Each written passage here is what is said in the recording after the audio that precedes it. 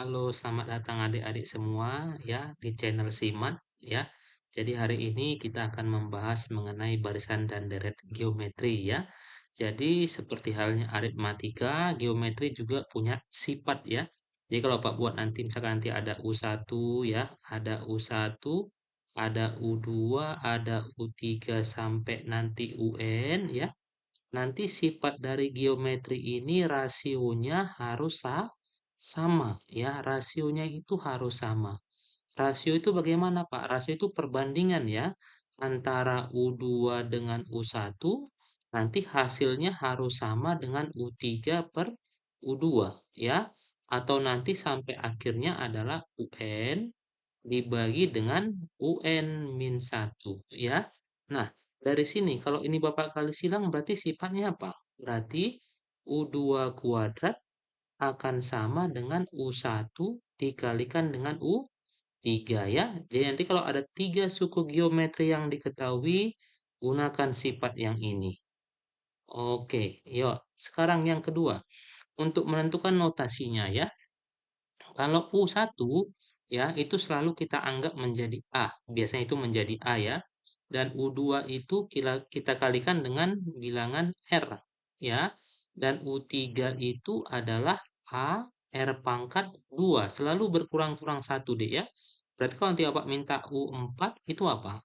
A R pangkat 3. Benar ya? Sehingga nanti akhirnya kalau nanti diminta suku yang ke N, apa lambangnya? Iya, berarti A R pangkat N kurang 1 ya. Nah, nanti geometri ini biasanya diminta yaitu A dan R-nya gitu ya. Nanti bisa kita cari dengan cara membagi suku yang diketahui. Itulah kalau kita bicara mengenai barisan. Nah, sekarang gimana kalau deret, Pak? Deret itu berarti penjumlahan ya. Nanti ada U1 ditambah dengan U2 ditambah dengan U3 sampai nanti ditambah dengan UN. Oke, dan nanti rumusnya ada dua, tergantung rasionya ya. Nah, rumus yang pertama nanti adalah apa? Sn adalah A R pangkat N kurang satu dibagi dengan R kurang satu. Ini yang pertama. Ini kita dapat ketika rasionya itu lebih kecil dari min satu atau rasionya itu lebih besar dari satu. Nah, atau ya. Dan yang kedua nanti rumusnya itu Sn adalah A ya, satu kurang R berpangkat N dibagi dengan satu kurang R. Ini untuk rasionya itu di antara minus satu sampai satu ya. Dan nanti kadang-kadang dibilang soal ini sama aja dengan namanya deret konvergen deh ya. Berarti kalau nanti ada sifat konvergen ya berarti langsung aja adik gunakan R-nya itu antara min satu sampai satu ya. Jadi ada 4 yang mesti ingat sini ya. Pertama itu sifat U2 kuadratnya, UN-nya dan rumus SN-nya ada dua tergantung rasionya yang mana ya. Oke, biar lebih paham coba kita bahas langsung soal SNBT-nya ya. Yuk, diketahui U1 ya, suku pertama adalah akar pangkat 3 dari M. Dan suku kelima adalah M kuadrat. Yang dia minta suku yang ke-21. Kalau kita lihat nanti jawabannya D, udah bentuknya aneh-aneh ya. Oke, nggak masalah. Yuk, U1 itu dilambangkan tadi apa? Dilambangkan dengan A yang nilainya sama dengan M pangkat sepertiga. Langsung Bapak ganti ya. Oke, dan U5 itu tadi lambangnya apa? Berarti AR pangkat 4. Benar, berarti AR pangkat 4-nya adalah M pangkat 2. Oke, nah A-nya kan sudah ketemu nih. Langsung aja ganti. Berarti M pangkat sepertiga kali R pangkat 4 sama dengan M pangkat 2. Benar ya? Berarti R pangkat 4-nya itu adalah M pangkat 2 dibagi dengan M pangkat sepertiga. Oke, yang sudah belajar eksponen pasti udah paham ya. Kalau ada A pangkat M dibagi dengan A pangkat N, hasilnya apa?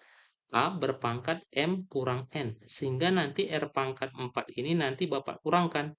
Ya, ini kan sama aja dengan M pangkat 6/3 dibagi dengan M pangkat sepertiga. Berarti kan dikurang ya. Berarti M pangkat 6 per 3 dikurangkan dengan sepertiga. Berarti R pangkat 4 kita adalah M pangkat 5 per 3. Oke. Nah, sekarang U21. U21 lambangnya apa? U21. Berarti AR pangkat 20. Nah, A-nya kan udah ketahuan ya. A-nya itu apa? M pangkat sepertiga. R pangkat 20 berapa, Pak? Nah, kita punya R pangkat 4. Ada sifat lagi di sini. Kalau ada A berpangkat M, kita pangkatkan lagi dengan N sehingga A berpangkat M kali N. Oke, kita Pak, ini R pangkat 4 Bapak buat berpangkat 5.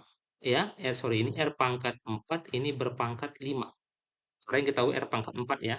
Oke, berarti M pangkat sepertiga, ya. R pangkat 4-nya kan M pangkat berapa? 5 per 3, ya. Berpangkat 5. Oke, nah, jadi apa ini? Berarti M pangkat sepertiga dikali M pangkat 25 per 3, sesuai sifat ya. Nah, ada lagi sifat berikutnya ya. Kalau ada A berpangkat M, kita kalikan dengan A pangkat N, berarti A pangkat M plus N. Nih, oke, berarti apa? Ini kan sama dengan M pangkat 26 per 3. Inilah U21-nya. Ada jawabannya? Iya, nggak ada ya. Nah, ini masih bentuk simple past-nya ya, seperti biasa ya. Nah, kita ubah ke bentuk past perfect continuous nanti. Bapak pecah lagi. Ini M pangkat 24 per 3. Ya, Bapak kalikan dengan M pangkat 2 per 3. Sama nggak?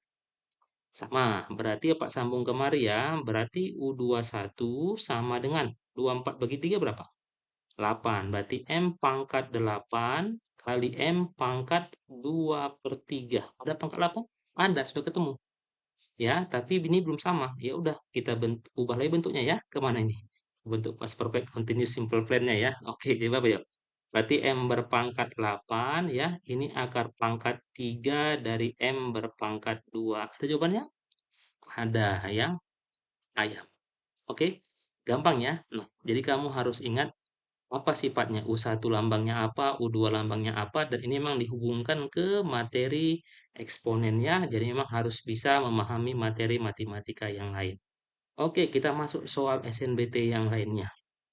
Oke, diketahui tiga bilangan membentuk barisan geometri. Nah, ini udah ada kata kuncinya, Dek. Ada tiga bilangan membentuk geometri. Ya, dari sifatnya apa? Berarti kalau ada U1, ada U2, ada U3, ya, berarti sifatnya adalah U2 kuadrat akan sama dengan U1 kali U3. Oke, kayak gitu ya. Nah, sekarang U2-nya siapa? S. Berarti S kuadrat, nah, sama dengan Q dikali T. Nih, oke. Nah, sekarang kemana kira-kira kita ubah? Ke Q-nya atau ke T-nya? Karena S-nya susah ya, ini kan pangkat 2 ya. Sedangkan soalnya itu S-nya pangkat tunggal, berarti boleh ke Q, boleh ke T. Nah, Bapak coba aja ke bentuk Q nih. Q berarti apa ini? Sama dengan S pangkat 2 dibagi T. Sekarang bentuk ini katanya sama dengan apa, deh? Nih, bentuk yang soal kita ini. Oke. Q dikurang S dibagi dengan Q kurang 2S ditambah T. Nah, Q-nya kan S pangkat 2 per T. Bapak ganti aja. Jadi berapa nih? S pangkat 2 per T kurang S, benar ya? Dibagi dengan S pangkat 2 per T dikurang 2S ya ditambah T. Nih, oke. Nah, sekarang semua ruas coba Bapak kalikan dengan T di atas dengan T di bawah. Kan satu sama aja ya. Berarti ini T-nya habis tar ya. Tinggal S kuadrat dikurang ST. Benar ya? Dibagi dengan S kuadrat dikurang 2ST ditambah T kuadrat. Nah, ini. Oke, nah ingat lagi topik yang pertama mengenai faktoran di persamaan kuadrat. Berarti dari sini siapa yang boleh Bapak keluarin? Benar, S-nya ya tinggal apa? S dikurang T. Nah, yang bawah itu apa? Coba difaktorkan, bisa nggak? Bisa ya, ini kan faktor sama dengan S kurang T dikalikan dengan S kurang T. Nih, S kurang T-nya habis. Hmm. Apa tinggal? Berarti tinggal S dibagi S dikurang T. Ada nggak? Ada ya? Jawabannya B. Nah, nggak sah ya, tapi kamu harus ingat sifat tiga suku pertama dari deret geometri ya. Jadi ingat, ini soalnya nggak sulit deh. Yang penting kamu mesti ingat konsepnya dan rumusnya saja. Yang lainnya yang dibutuhkan adalah semangat ya. Oke, ya jadi sekian dulu pertemuan kita. Jadi kalau kamu merasa channel ini bisa bermanfaat untuk kamu menambah pengetahuan kamu tentang matematika, ya jangan malu ya. Coba di-subscribe, dibunyikan loncengnya, di-komen, di-share, dan di-like. Oke? Jadi sekian dari Bapak, ingat matematika itu mudah dan menyenangkan.